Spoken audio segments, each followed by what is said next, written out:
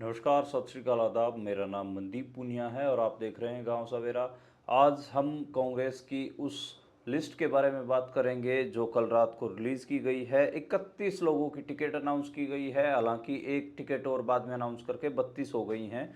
और 31 सीटों में अगर हम सीट वाइज बात करें कि कैसे कैसे टिकटें बांटी गई हैं, मोस्टली वो टिकटें हैं जो सिटिंग एमएलएज हैं उनको रिपीट किया गया है, और जो थोड़ी शॉर्ट टाइप जो सीटें थी उन्हीं के ऊपर दी गई हैं, और बाकी की सीटों की अनाउंसमेंट नहीं की है। 58 सीट्स अभी भी बाकी हैं, और वो सारी वो सीटें हैं जो कांग्रेस नेतृत्व को तय करने में दिक्कतें आ रही हैं।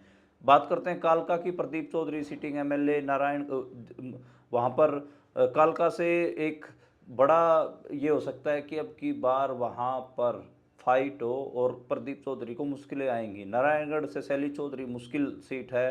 साडोरा से रेणु बाला मुश्किल फंसी हुई सीट है। रादौर से बिशन लाल सैनी फंसी हुई सीट है। लाडवा मेवा सिंह मुश्किल सीट है। शाहबाद रामकरण काला जेजेपी से आए हैं ये, और रामकरण काला के लिए ये मुश्किल सीट है। नीलोखेड़ी धर्मपाल गोंडर मुश्किल सीट है, फंसी हुई सीट है।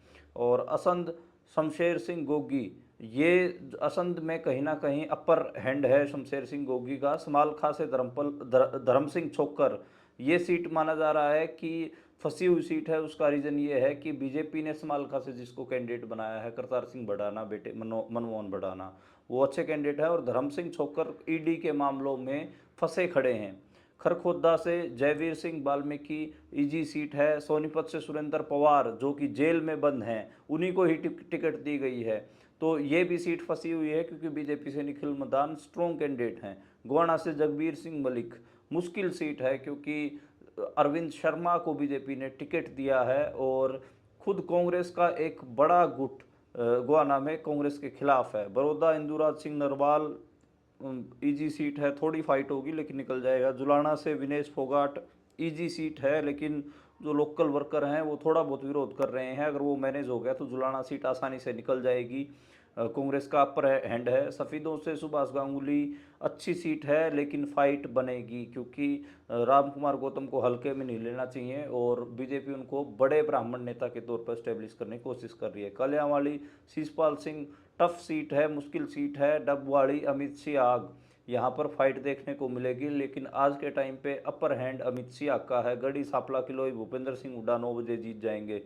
रोहतक भारत भूषण बत्रा मुश्किल सीट है, फाइट होगी। कलानौर शकुंतला खटक, ये कलानौर ऐसी सीट है जहाँ पर कांग्रेस के तो वोट हैं लेकिन शकुंतला खटक जो सिटिंग एमएलए हैं उनकी खिलाफत है। बहादुरगढ़ राजेंद्र सिंह जून मुश्किल सीट है, और यहाँ से राजेश जून ने इंडिपेंडेंट चुनाव लड़ने की बात कर ली है। राजेंद्र जून की खिलाफत है। बादली कुलदीप वत्स गुड़िया चौबीसी इनके खिलाफ है, और यहाँ पर कुलदीप वत्स की भारी एंटी इनकम्बेंसी है। यहाँ से बजरंग पूनिया भी टिकट मांग रहे थे शायद, और उनका नहीं बना होगा। कुलदीप वत्स के लिए मुश्किल होगा क्योंकि जीते ठेकेदार बादली में एक कैंडिडेट खड़े हो गए हैं ऑलरेडी। जो झज्जर एससी हैं श्रीमती गीता बुक्कल, यहाँ से बीजेपी ने अच्छा कैंडिडेट दिया है। बेरी उनका नाम है, बिरधाना से हैं वो। और जो गीता बुक्कल जो कैंडिडेट हैं यहाँ से अच्छी कैंडिडेट हैं। ये झज्जर जिले की चारों सीटों में से सबसे सीट पहली झज्जर है, और उससे अगली है बेरी रघबीर सिंह काद्यान, एलावत खाप और दलाल खाप और राठी खाप, ये तीनों खिलाफ हैं। रघबीर काद्यान के लिए अब की बार सफ़र आसान नहीं होगा। रघबीर काद्यान की तो बेरी में एक सरकारी नौकरी जैसी होगी, सरकारी नौकरी से ज़्यादा होगी। 80 साल से ऊपर भी हो गए, फिर भी वो लगातार चले हुए हैं। महेंद्रगढ़ रावदान सिंह, वही प्रॉपर्टी डीलर, और ईडी के इतने छापे सारा कुछ, फिर भी टिकट रावदान सिंह को ही दिया गया। भ्रष्टाचार के आरोप खूब।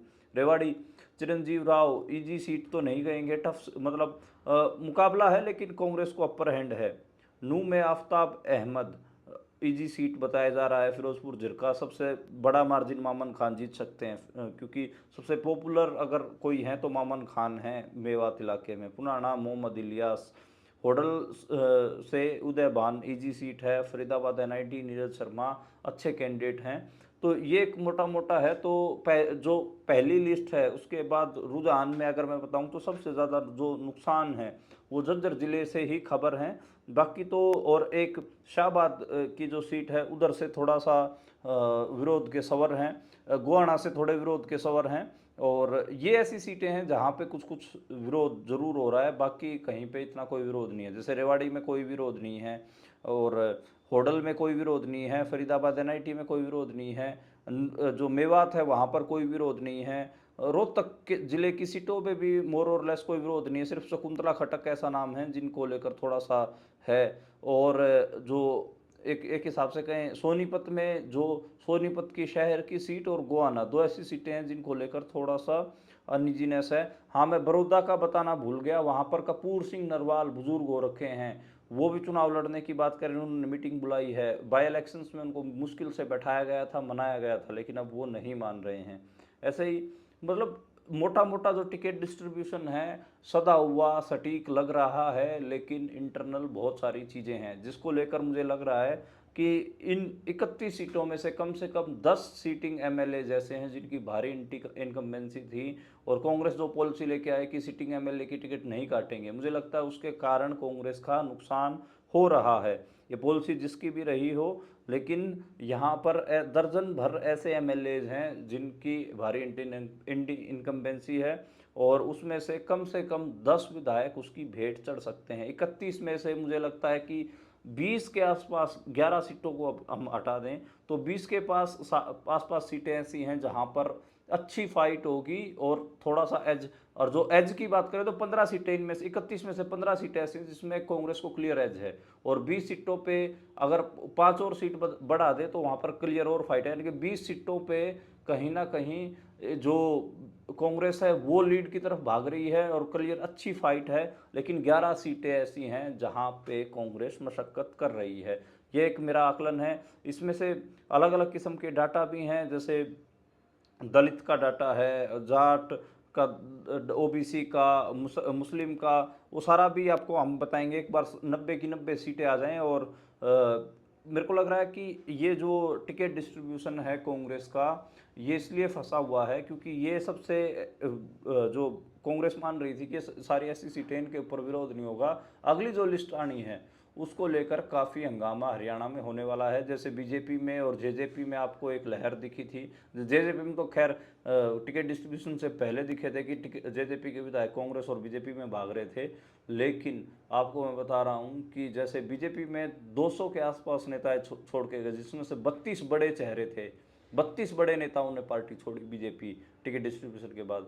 मैं अब कह रहा हूं कांग्रेस में भी कम से कम 100 के आसपास नेता छोड़ेंगे, और कम से कम 20 बड़े नेता होंगे जो कांग्रेस पार्टी को छोड़ेंगे। इंडिपेंडेंट एमएलए बहुत ज़्यादा फाइट करेंगे। शुक्रिया।